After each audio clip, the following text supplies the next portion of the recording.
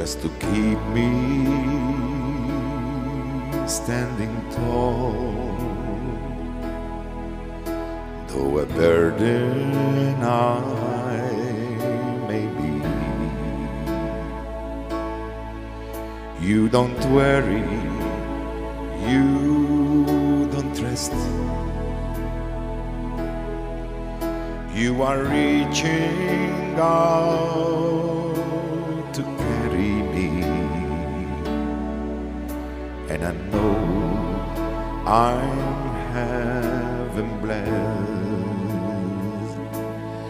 You are there when I most need you. You are there so constantly. You come shining through, you always do.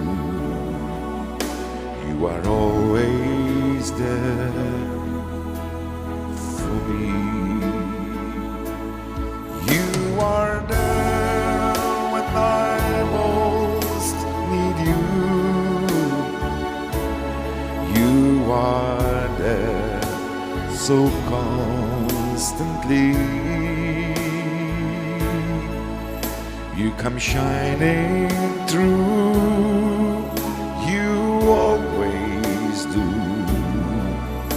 You are always there for me. You are there when I most need you. You are there so constantly. You come shining through, you always do. You are always there for me. You are always there for me.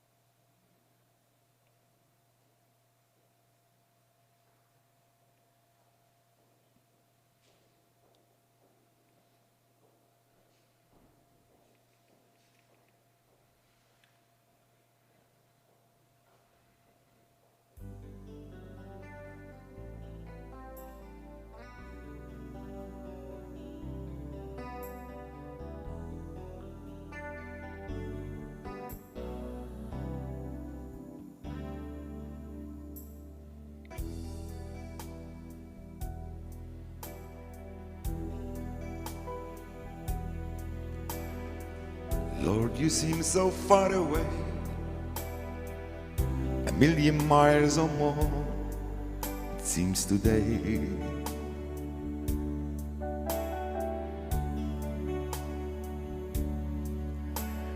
Though I haven't lost my faith,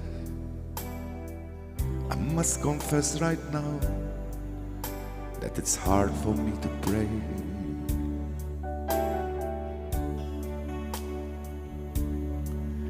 But I don't know what to say, and I don't know where to start. But as you give me the grace, with all that's in my heart, I will sing, I will sing, I will praise, I will praise.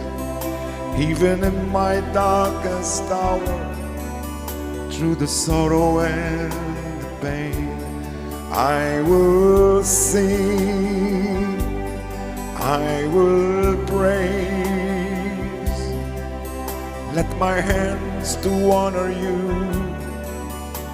because your word is true. I will sing. Lord, it's hard for me to see all the thoughts and plans you have for me.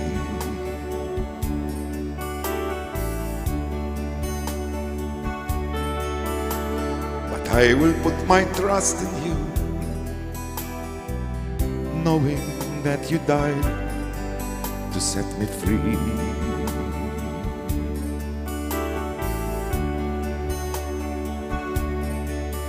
But I don't know what to say,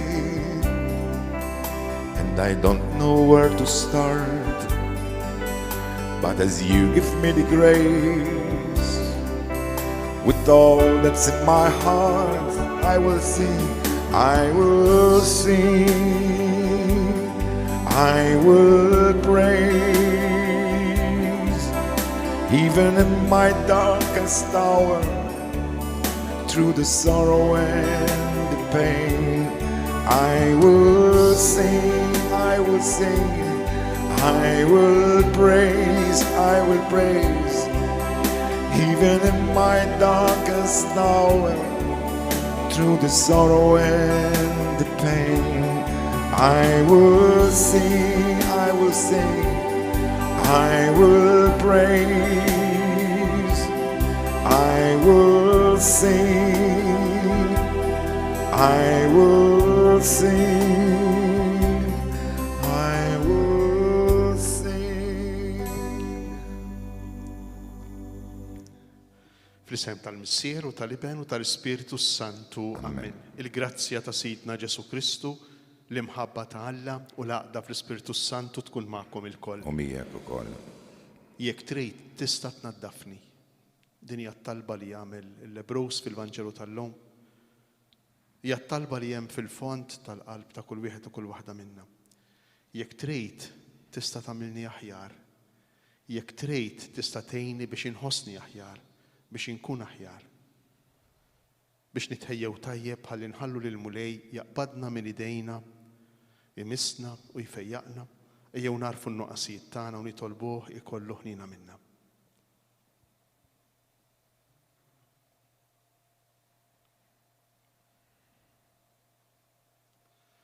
Nistqar l-Alla li jista' kollox u lilkom ħuti li jiena dnibt ħafna bil-ħsieb, bil-kliem, bil-emin u billi ħallejt mirjieti, ħtija tiegħi, bl-ikbar ħtija tiegħi. Għalhekk nitlob l-imqazza Marija dejjem Verġni, lill-anġli u lill-qaddisin kollha u lilkom ħuti biex titolbu għalija lil Mulej Alla tagħna. Iħenna lina Alla li jista' kollox, jaħfrilna dnubitna u jwassalna għal ħajja ta' dejjem. Amen. Nofru din l-Ewkaristija għal Ruħ Karmel u Karmela Ċini. Ejju nfaħru lil Alla flimkien billi ngħidu Glorja l-Alla fil-għoli ta' smewiet u paċi fl-art lil-bnedmin ta' rida tajba. Infaħruk, inberkuk, nadurawk, natuk ġieħ. Inroddulek ħajra l-glorja kbira tiegħek. Mulej Alla s-Sultan tas-sema, Alla Missier li tista' kollox, Mulej ben waħdini Ġesu Kristu, Mulej Alla ħaruf tal-Alla bin il-Missier. Int li tneħħi t-nubiet tad-dinja ħenna lina, int li tneħħi t-nubiet tad-dinja il-qalb tal-btana, int li qiegħed fuq il-lemin tal-Missier ħenna lina, għaliex int waħdek qaddis, int waħdek Mulej, int waħdek Glori Ġesu Kristu, mal-Ispiritu Santu fil-glorja tal-Missier Alla. Amen. Nitolbu. U Alla, inti tajtna kelma li tagħmel l-amara tiegħek fir-ruħ sewwa u safja. Għamel li bil-grazzja tiegħek jistħoqilna li tammar fina. Bibnek Ġesu Kristu Sidna li hu Alla u miegħek jgħix u jisaltan flimkien mal-Ispiritu Santu għal dejjem ta' dejjem. Amen.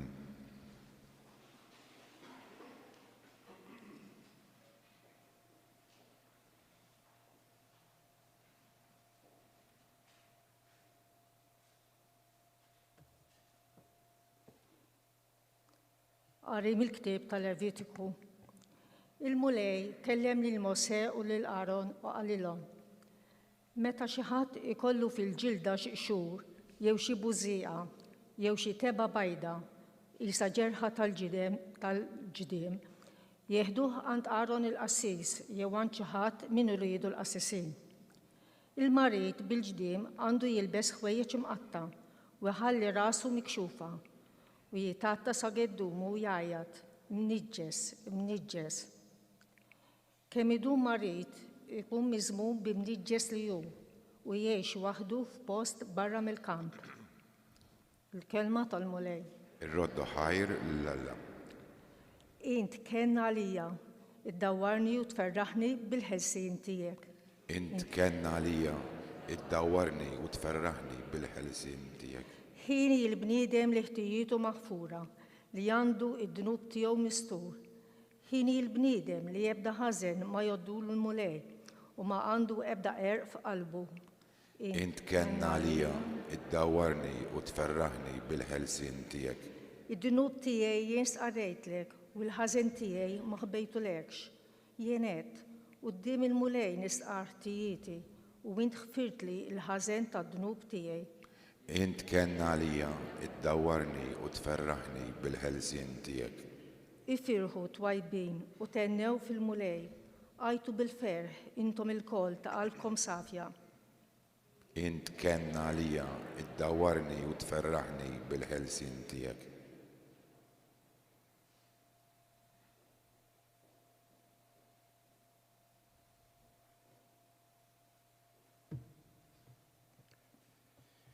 Qari mill-Littra ta' San Pawlo Apostlu lil Korintin.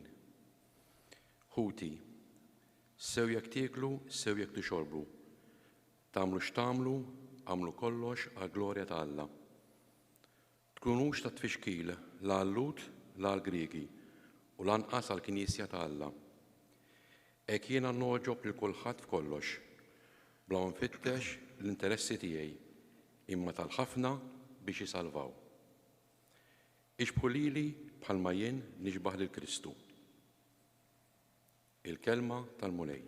Ir-rodda ħajr lill-Alla, kjoġobkom nqumu bil-wifqa.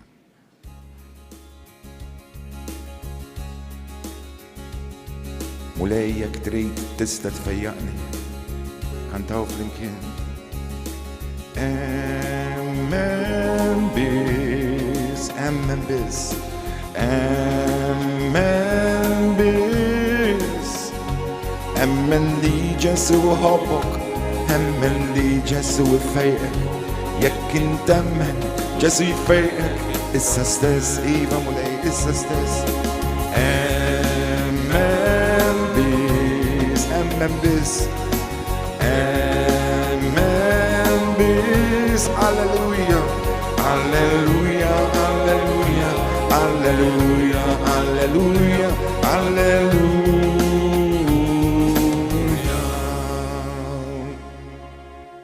Profeta kbir għan fostna u għall-Lażar il-poplu tiegħu.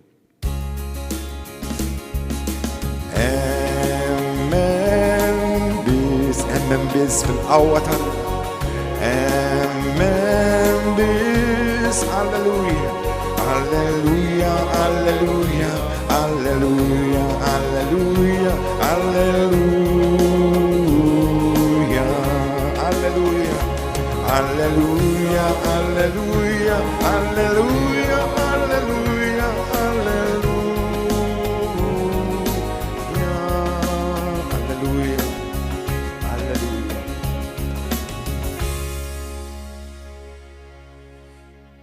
Il-mulej ma'kom. Mijak ukoll. Qari mill-Evanġelju skont San Mark. Glorja lilek, mulej. F'dak iż-żmien resaq fuq Ġesu wieħed lebrus jitolbu bil-ħerqa. Inxteħet arkubteħ quddiemu u qallu: jekk trid tista' tfejjaqni. Imqanqal mill-ħniena Ġesu metti idu fuqu, messu u qallu: irrejt, kun imnaddaf. U minnu fih il-lebra marritlu u ġismu ndaf. U widbu bisħieħ batu malajru qallu: qis li ma tgħid xejn lil ħadd. Iżda mur uri ruħek lill-qassis u għamel offerta għal fejqan tiegħek kif ordna Mosè biex tkun ilhom ta' xhieda. Iżda dak meta telaq, beda jxandar ma' kullimkien u jxerret l-aħbar. Hekk li Ġesu f'ebda belt ma seta' iżjed jidħol bid-dier, imma kien jibqa' barra fil-kampanja u kienu jmorru ħdejh nies minn kullimkien. Il-kelma tal-mulej. It-tifħir lilek Kristu.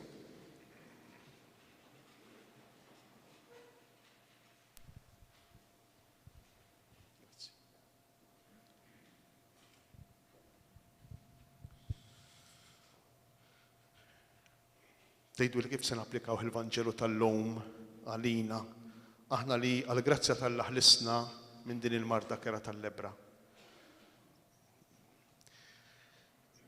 Kieku jkollna imorru b'moħħna fi żmien meta din il-marda kienet għadha m'għandix soluzzjoni, kienet għad m'għandix fejqan. U nifhmu ftejt xi ġifieri tkun marid bil-lebra, nindunaw illi aħna wkoll sikwit ngħixu esperjenza simili.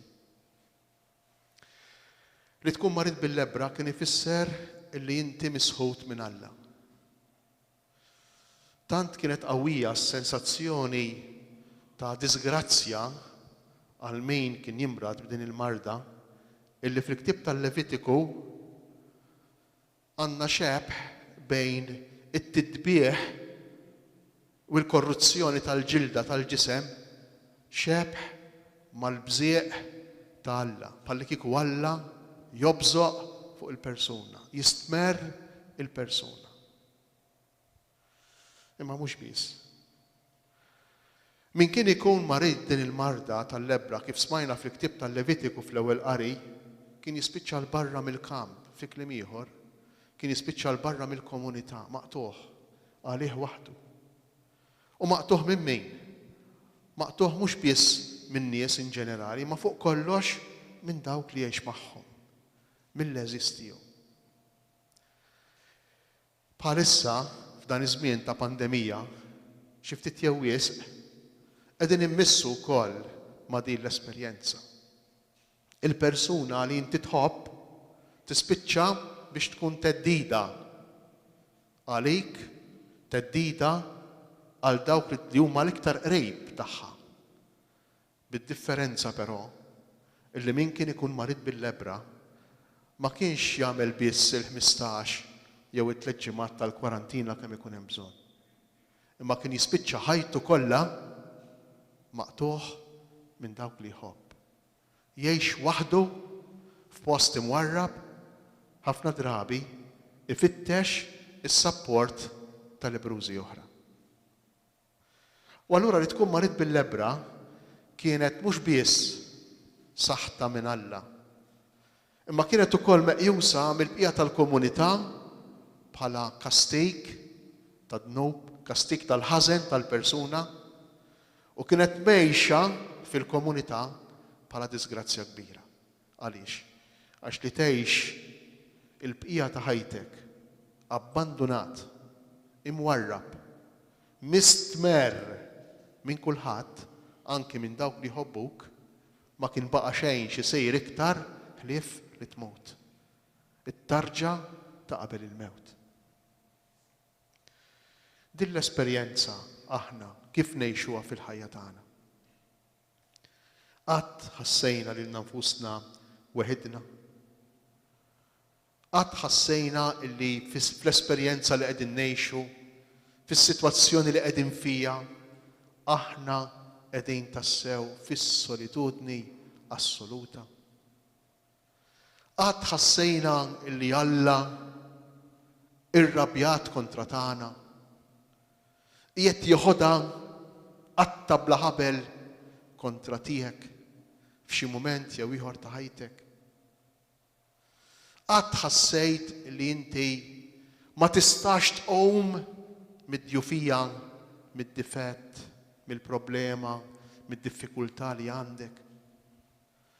Huma esperjenzi illi ftit jew wisq il-kol kemm aħna nġarbu, il-kol kemm aħna nħossu. Meta tiġrilek xi ħaġa fil-ħajja, ħafna drabi tispiċċa biex dik id-disgrazzja terġa' tagħti tifsira differenti lil dak kollu li għaddejt minnu. U s-sabiħ u l-pożittiv li kien hemm f'ħajtek ma jibqa' fih l-ebda valur. Imma mhux biss. Id-disgrazzja li tkun qed tgħix fil-mument ili min għex diffikultà ta' saħħa, għex problema ta' relazzjoni, għex diffikultà, problemi ekonomiċi, għex sitwazzjoni fil-familja, għex inej il-problema li tkun qed tgħix, iġġibek tħares b'negattività u pessimizmu lejn il-futur tiegħek. Kważi kważi tispiċċa mingħajr ebda xaq ta' dawl ta' tama. Allura l-esperjenza tal-Lebrus tista' tkun l-esperjenza tiegħek u l-esperjenza tiegħi. Qatt ħassejtek abbandunat, qatt ħassejtek m'intix mifhum minn dawk li inti tistenna minn għandhom li l-iktar li jkunu ħdejk, li jkunu miegħek, li jissapportjawk fil-momenti jibsejn tal-ħajja. Hija l-esperjenza tal-Lebrus. U propju f'dan il-moment, meta inti tħossok hekk, meta inti tħossok fid-djufija assoluta, waħdek, abbandunat minn kulħadd, mingħajr tama, f'dan il-moment, jiġi Ġesu. Jidħol Ġesu f'ħajtek. M'hemm ħadd ieħor li tista' tersaq lejh. Il-Lebrus ma kienx jista' joqrob lejn ħadd iktar fis-soċjetà. Imma lejn Ġesu jersaq, resaq fuq Ġesu. U jinżel għall-kub teħi din l-Vanġelu. Jitolbu bil-ħerqa. Jekk trid tista' tfejjaqni, il-kelma preċiża. Jekk trid tista' tnaddafni, tista' tippurifikani. Għaliex? Għax il-kelma preċiża hija tnaddafni mhux tfejjaqni. Għax aħna bil-kelma tfejjaqni nifhmu l-ewwel qabel kollox il-fejqan mill-marda fiżika. Imma s-sitwazzjonijiet kollha li semmejna ftit ilu, is-solitudni, il-problemi, id-diffikultajiet, anki diffikultà ta' mart, l-ewwel qabel kollox aħna ngħixuha bħala marda spiritwali, bħala marda tal-moħħ u tal-qalb. Tgħidu li x'inti tgħid? Qatt rajtu intom lil xi ħadd illi jgħix marda b'ċertu mod. U xi ħadd ieħor jgħix l-istess marda imma jgħixha b'mod ieħor. Min jgħixha b'tama, b'fiduċja. Min jgħixha b'serenità, b'tranquillità. U min jgħixha b'disperazzjoni, biqtuħ ta' qalb, spiċċat id-dinja. Mela, mhix importanti biss is-sitwazzjoni fiżika, mhix importanti biss l-intensità tal-marda fiżika, mhix importanti biss l-intensità tal-problema li qed tgħix, imma importanti wkoll u fuq kollox il-mod kif qed tgħixha b'moħħok u kif qed tgħixha f'qalbek. U meta dak il-Lebrus li Ġesu jgħidlu jekk trid tista' tnaddafni, qed jgħidu l-ewwel qabel kollox fejjaqni, naddafni fil-moħħ u fil-qalb. Għax minħabba din il-marda jien inħossni misħut minn Alla, jien inħossni abbandunat minn kulħadd, jien inħossni f'solitudni assoluta. Jekk trid tista' tfejjaq l-intern tiegħi, il-mod ta' kif inħares lejn dak li għaddej minnu, il-mod ta' kif inħares lejn il-problema u s-sitwazzjoni li qiegħed fiha. Ħafna drabi aħna nagħtu każ iktar ta' dak li jidher tal-fiżiku u ma nħallux lil mulej imisna fil-profondità, fl-interjorità, fl-essenza, f'dak li hu ċentrali għall-persuna tagħna, għal mod ta' kif ngħixu s-sitwazzjoni li tlaqqana magħha l-ħajja. Jekk trid tista' tnaddafni, hekk jgħidlu dan il-Lebrus lil Ġesu. U Ġesu, l-Vanġelu, imqanqal mill-ħniena. Ġesu imitt idu fuqu. Imqanqal mill-ħniena. Splangenestaj il-verb Griek imqanqal mill-ħniena għalfejn semmejtu dan għax huwa verb tipiku. Verb li napplikaw biss għal Alla u għal Ġesu Kristu. Alla li jagħmel wisa fil-qalb tiegħu, Ġesu Kristu li jagħmel wisa fil-qalb tiegħu għal bniedem bid-diffikultà, għal bniedem li għaddej minn żmien diffiċli, minn momenti jibsa. Jiftaħ qalbu, jagħmel wisa, jagħmel ħofra fih b'tali mod li int bid-djufijiet tiegħek, bid-difetti tiegħek, bil-problemi tiegħek, bil-mar tiegħek tkun tista' toqgħod is-sejt post fil-qalb tiegħu, fil-qalb ta' Ġesu.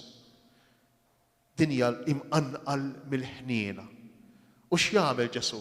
Imitt idu fuqu.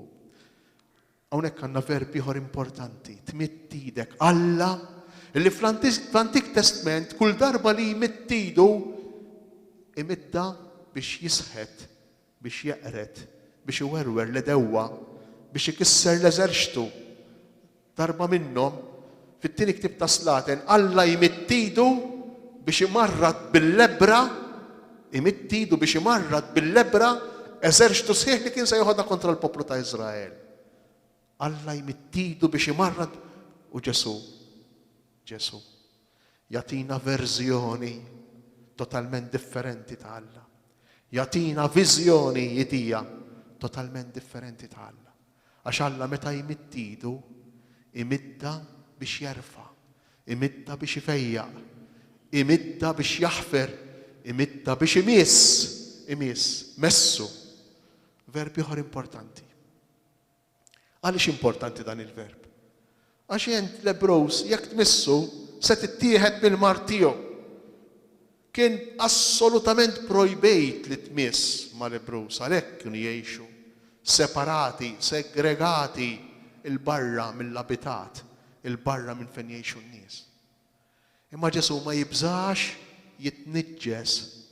Mhux biss jitniġġes fiżikament jimrat, imma ma jibżax jitniġġes spiritwalment u jħossu huwa wkoll skont il-mentalità tal-Lowt li jista' jkun abbandonat minn Alla, misħut minn Alla, għaliex? Għax Ġesu jrid jgħidilna li jrid inaddafna Ġesu. Ġesu jrid jgħidilna li Alla u Alla tal-ħniena. Alla lil ħadd u lil ħadd mu se jistmer. Lil ħadd u lil ħadd mu se jħalli barra. Alla lil ħadd u lil ħadd ma jeskludi mill-imħabba tiegħu. U meta jmittidu Alla, meta jmissil xi ħadd Alla, imissu biex ifejqu, imissu biex jidħol f'kuntatt miegħu, imissu biex jgħidlu, biex jgħidilna illi għal Ġesu ir-relazzjoni personali hi fundamentali, hi importanti. Ġesu mhux biss jafna, mhux biss jafna kollha f'daqqa, imma jmissna wieħed wieħed. Imissna wieħed wieħed. U qallu ir-rejt kun imfejjaq, ir-rejt kun imnaddaf, għax il-fejqan veru huwa meta aħna inħossuna verament imnatfin, kelma oħra iktar preċiża, ippurifikati fil-moħħ u fil-qalb tagħna biex ngħixu s-sitwazzjonijiet tal-ħajja, is-sitwazzjonijiet li jiġu bl-għajnejn tal-Vanġelu, bl-għajnejn ta' Ġesu. Araw li dan il-Vanġelu jirrakkonta fejqan wis iktar profond mit-tindif tal-ġilda u għal-fejqan tal-moħħ u tal-qalb.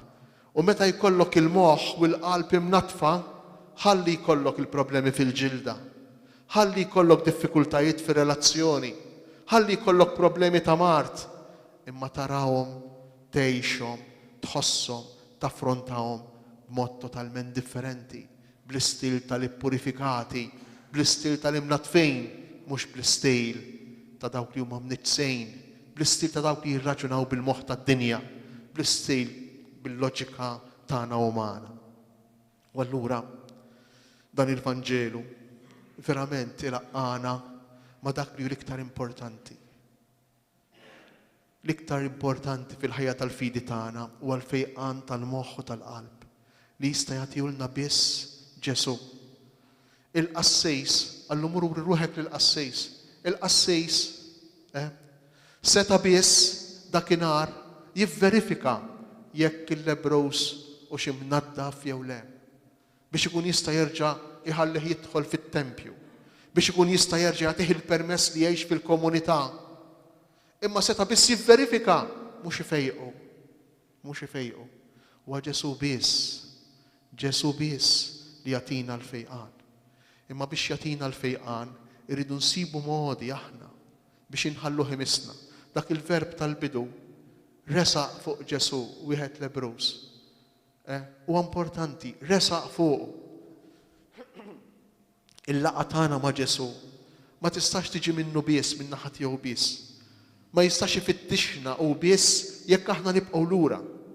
Bħalma ma nistgħux infiequ weħidna jekk nersqu aħna biss u ma jiġix jiltaqa' magħna. Il-laqgħa ma' Ġesu timplika titlob li jkun hemm moviment mixja minn naħa tat-tnejn. Alla diġà qiegħed jurina. Alla diġà qiegħed jurina permezz tal-Vanġelu tal-lum. Li Ġesu jixtieq li jfejjaqna. Li Ġesu jmitt idu fuqna. Li Ġesu imissna biex jagħtina l-fejqan veru tal-qalb. Issa jmiss lilna biex nippruvaw nagħmlu l-ħila kollha tagħna ħalli nersqu lejh, ħalli jfejqilna l-għajnejn tagħna, jfejqilna l-moħħ tagħna, il-qalb tagħna, jfejqilna l-għajnejn tagħna biex naraw is-sitwazzjonijiet tagħna kif jarawhom hu, biex naraw dak li jiġrilna bl-għajnejn tiegħu, jfejqilna l-moħħ tagħna biex ma nirraġunawx biss skont kif jirraġuna l-bniedem, x'jaqbillu x'ma jaqbillux. Jekk hux fl-interess tiegħi jew le, imma nirraġuna ftit bħalu. Ifejjaq il-qalb tiegħi, jippurifika qalbi biex inħoss kif iħossu u mhux biss skont l-emozzjonijiet tiegħi. Ejjew nitolbu lil Mulej. Nhar l-erba' kellha rid nibdew ir-Randan imqaddes. Ejjew nitolbuh lil Mulej. Biex matul l-40 ġurnata li ġejjin fuqna tar-Randan nagħmlu dak li għamel dan il-Lebrus.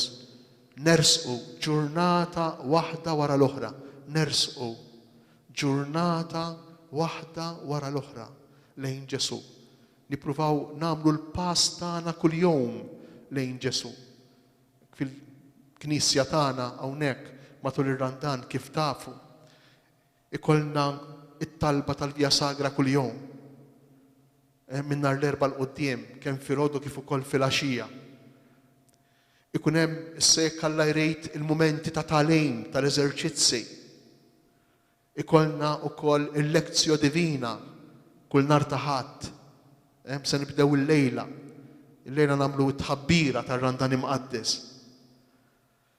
Ikun hemm diversi okkażjonijiet ta' talb, okkażjonijiet ta' tagħlim, okkażjonijiet li fihom nistgħu nagħmlu karità biex verament nersqu lejn il-Mulej matul ir-Randan ħalli aħna wkoll nieħdu l-fejqan tagħna. Il-fejqan ma jistax isir malajr. Ma nippretendux li dan il-fejqan isir malajr.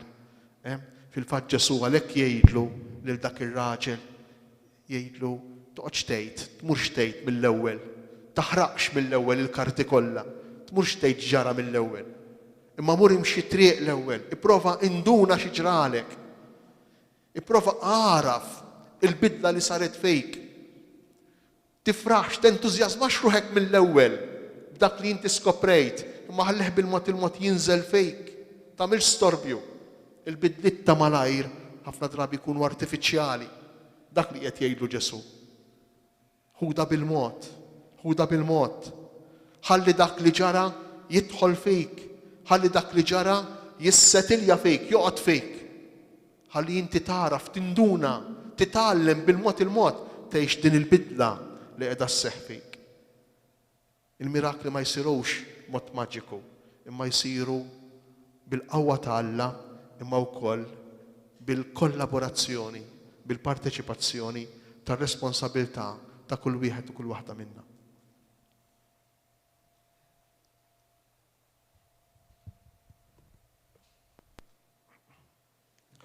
Jiena nemmen falla wieħed il-missier li jista' kollox l-ħalaq is-sema u l-ard. Dak kollu li jidher u dak li ma jidirx. Mulej wieħed Ġesu Kristu, ibn waħdini ta' Alla. Imnisser mill-missier qabel kull żmien. Alla minn Alla, dawl minn dawl. Alla veru minn Alla veru. Imnisser mhux magħmul, natura waħda mal-missier u bih sar kollox. Nisel nismewiet għalina l-bnedmin wal-fidwa tagħna. U ħalġisem bis-seħħa tal-Ispiritu Santu minn Marija Verġini u sar bniedem. salbuħ għalina u bata taħt Ponzu Pilatu, mitu difnuħ fit-tielet jum qam mill-imwiet skont il-kodba mqazza. U tela s-sem, jiet fuq il-lemin tal-missier, u għandi jerġa' jiġi bil-glorja biex jagħmel ħaq mill-ħajjin u mill-mejtin, u s-saltna tiegħu ma jkollix tmiem, u fl-Ispirtu Santu mulej li jagħti l-ħajja, li ġej mill-missier u mill-liben, li hu meqjum u mweġġaħ flimkien mal-missier u mal-liben, u li tkellem fom il-profeti. Bi Knisja waħda qaddisa, kattolika, apostolika, nisqarma mudija waħda għal maħta tad-nubiet, nistenna l-qawma mill-imwiet u l-ħajja ta' żmien ġej. Amen. Aħna nistqarru l-lum li mhux dejjem ħabbejna l-Alla biżżejjed, ejjew nitolbu ħeħenna lina u jaħfrilna ħtijietna.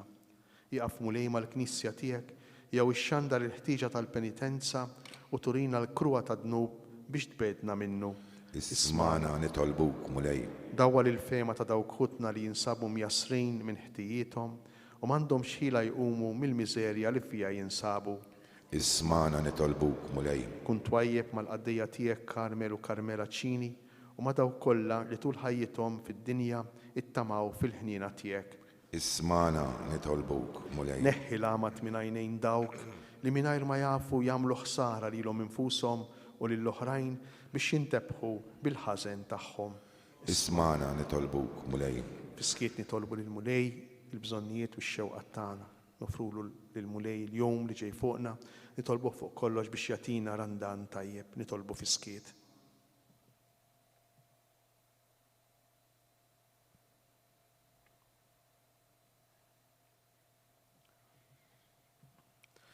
Mulej Ġesu, int ma tridx il-mewt tal-midneb imma li jindem u jgħix, ħenna lina, inti li tgħix bis-saltan għal dejjem ta' dejjem. Amen.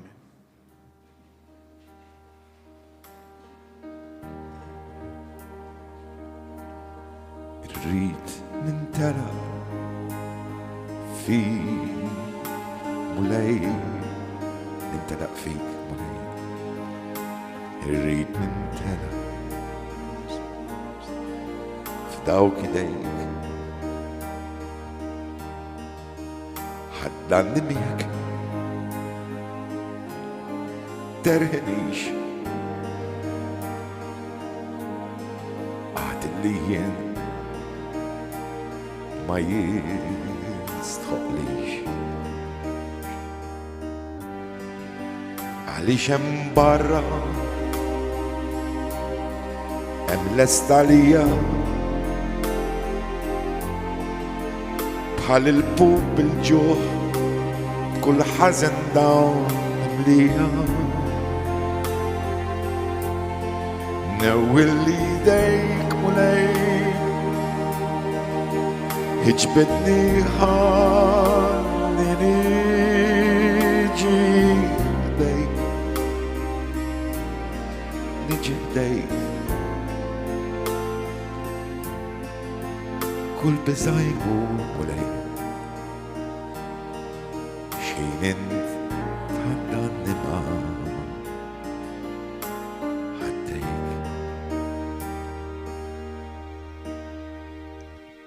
Jitolbu ħuti biex is-sagrifiċċju tiegħi u tagħkom ikun joġob l-Alla l-missier li jista' kollox. Mulej minn idejk is-sakrifiċċju għat-tifħir u l-glorja ta' ismu għal ħtiġijiet tagħna u tal-Knisja mqazza kollha tiegħu. Għamel mulej li din l-offerta tnaddafna u ġġeddidna u li ġġib il-premju ta' dejjem lil kull min jagħmel ir-rida tiegħek bi Kristu Sidna. Amen.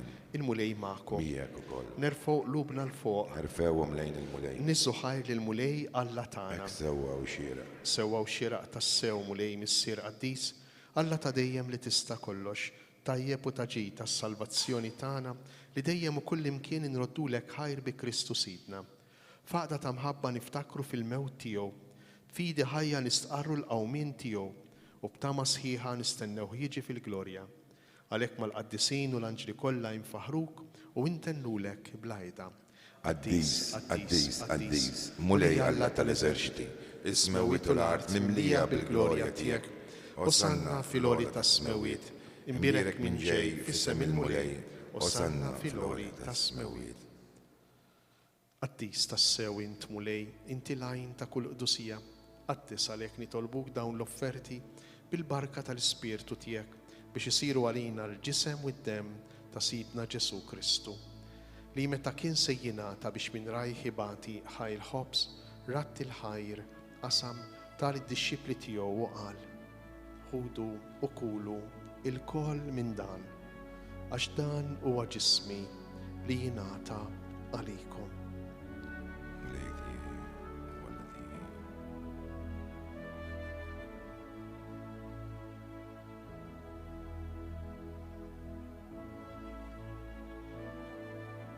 Ekku koll wara li klaħal kalċi reġa' ratti l-ħajr tal-disċipli tiegħu u qal: ħudu u xorbu minnu il-koll, għax dan huwa l-kalċi ta' demmi tal-patt il-ġdid li jibqa' dejjem, id-demm li jixxerret għalikom u għall-bnedmin kollha għall-maħfra ta' dnubiet. Għamlu dan b'tifkira tiegħi.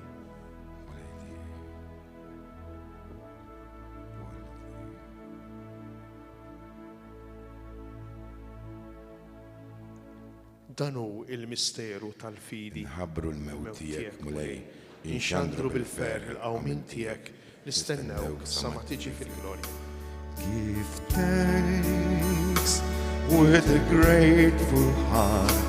Give thanks to the Holy One. Give thanks because He's given Jesus Christ, His Son.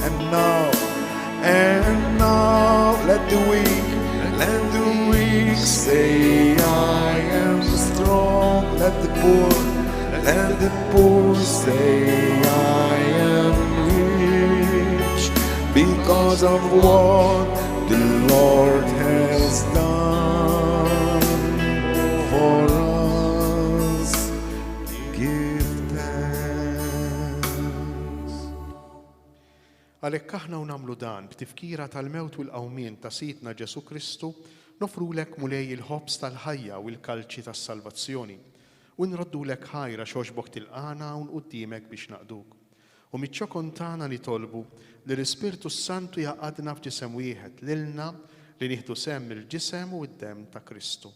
Ftakar mulej fil-Knisja tiegħek imxerda mad-dinja kollha u ittaqa' fl-imħabba flimkien mal-Papa Franġisku miegħi għaddejtiek mingħajr ma jistħoqli ma' l-Isqof Charles, l-Isqof Joe, l-isqijiet u l-ministri tiegħek kollha.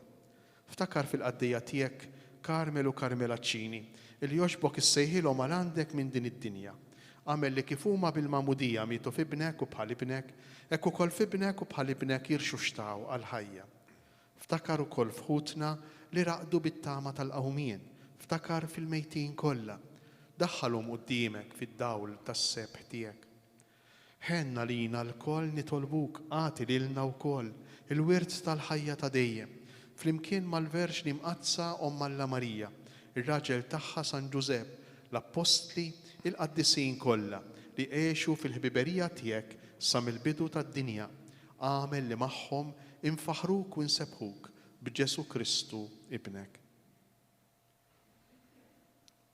Bi Kristu, ma' Kristu, fi Kristu, jingħata lilek Alla missier li tista' kollox, flimkien mal-Ispirtu Santu, kull ġieħu glorja għal dejjem ta' dejjem. Amen.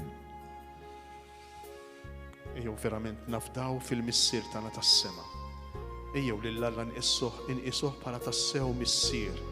Ħafna drabi l-idea ta' missier fl-esperjenza tal-ħajja tagħna tiġi imċajpra, tiġi offuskata. Ma nibqgħux narawh bħala missier, ma nibdew narawh bħala xi ħadd ieħor, jew bħala xi ħaġa oħra, jew forsi nibdew niddubitaw mill-eżistenza tiegħu. Jew nitolbu lil mulej tas-sew għax jekk irid jista' jfejjaqna. Inkantaw flimkien. Missierna, Abba missier illi inti tismawil, jitqaddes l-isem tiegħek fil-qalb ta' ħafna wlied. Missierna illi inti tismawil, missierna tina il-ħobs lejxi illi ħanna bżonn kuljum. Aħfrilna d-nubiet tagħna kif naħfru lil bnedmin. li maħna u ma kienu midjunin. Missirna l-għaddaħalix fi żmien ta' tensjoni u tiġrix. Eħlisna minn kull ħażen mix-xibka tal-qarrib, eħlisna minn kull erba tal-lamijiet. Tiġi salnatek, tiġi salnatek, tiġi salnatek, ikun dak li trident kif fis-semaj dak-art. Tiġi salnatek, tiġi salnatek, ikun dak li trident, ikun dak li trident, ikun dak li trident kif fis-semaj dak-art. Eħlisna nitolbuk mulej minn kull deni, għatina fit-tieba u l-ħnina tiegħek il-paċi fi żmienna biex inkunu ħielsa dejjem midnub u mħarsa minn kull inkwiet. Aħna u nistennew u nittamaw lejna u l-miġja tas-Salvatur tagħna Ġesu Kristu. Għaxtijak hija saltna l-qawwa u l-glorja għal dejjem. Mulej Ġesu Kristu li qed l-apostli tiegħek inħallilkom isliem natikom isliem tiegħi. La tħarix lejn dnubitna, iżda ħares lejn il-fidi tal-Knisja tiegħek. Għatija slim u laqda li jintrit fija, int li tgħix wis-saltan għal dejjem ta' dejjem. Amen. Il-paċi tal-mulej tkun dejjem magħkom. U miegħek ukoll. Għatu l-paċi lil xulxin. Il-paċi magħkom.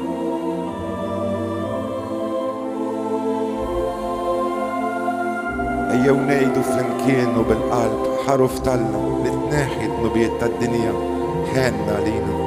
ħaruf Talla li tneħħi d-nubiet tad-dinja ħenna lina.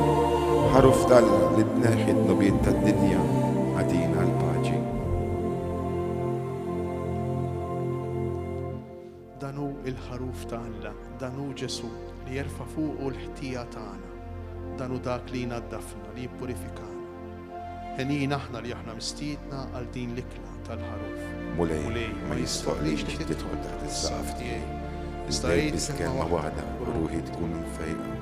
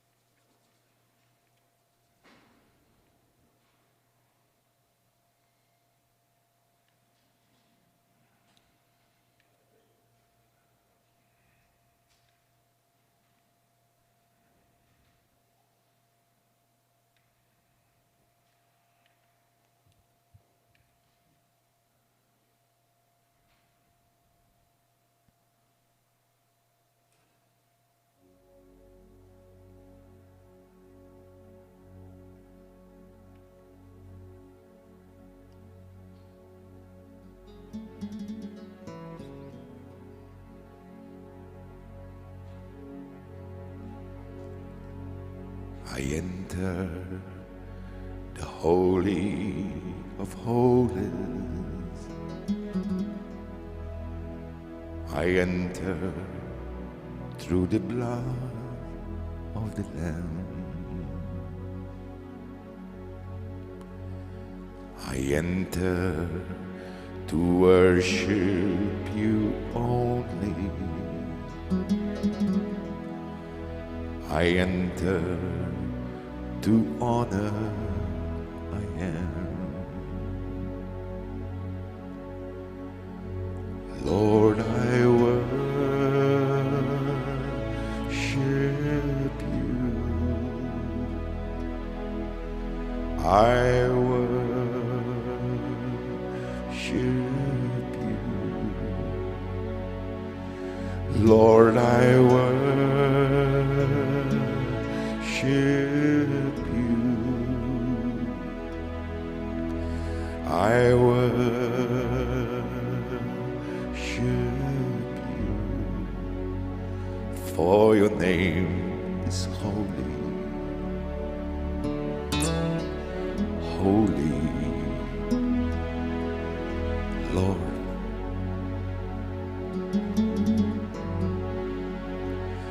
for your name is holy.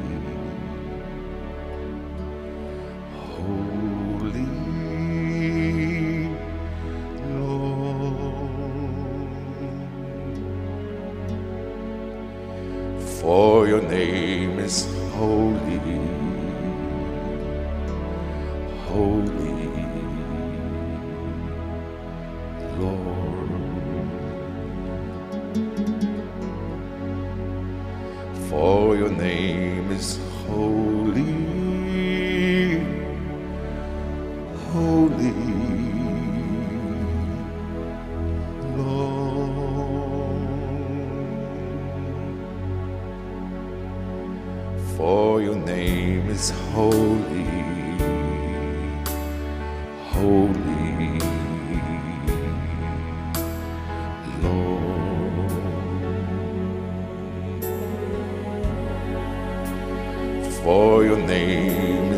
holy.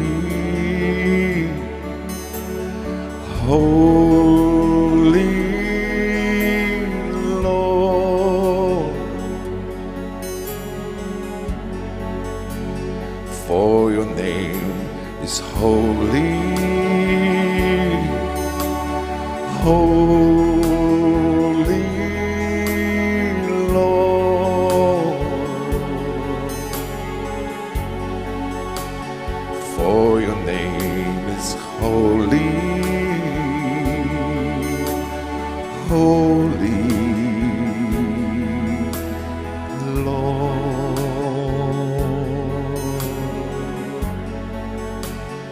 for your name is holy.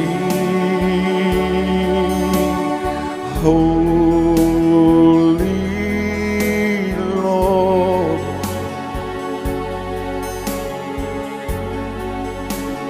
for your name is holy, holy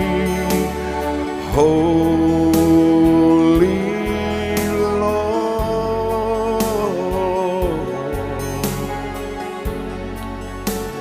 for your name is holy. Holy Lord, for your name is holy, holy Lord,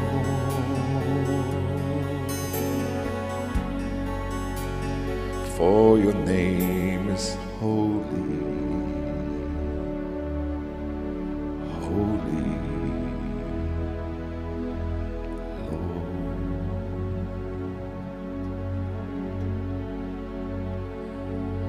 let the weight of your glory cover us. Let the life of your river flow. Let the truth of your kingdom reign on us. Let the weight of your glory,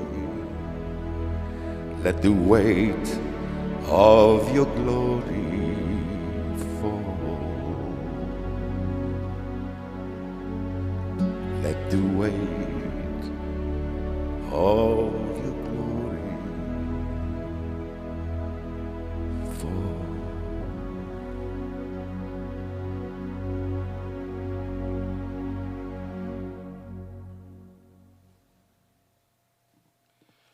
nitolbu.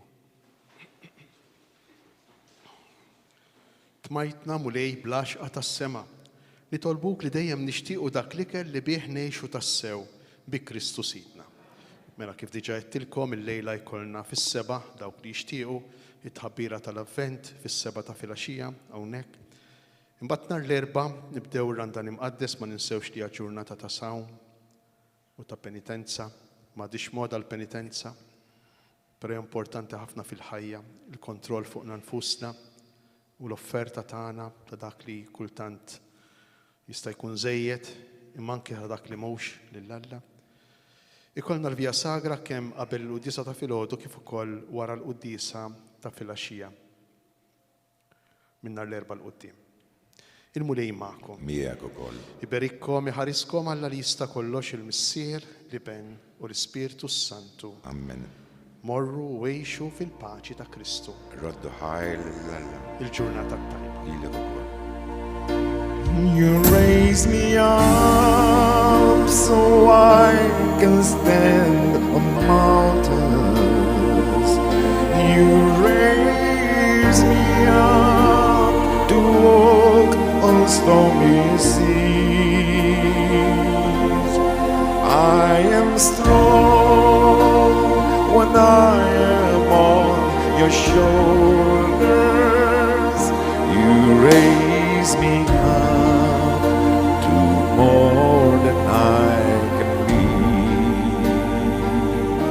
You raise me up to more than I can be.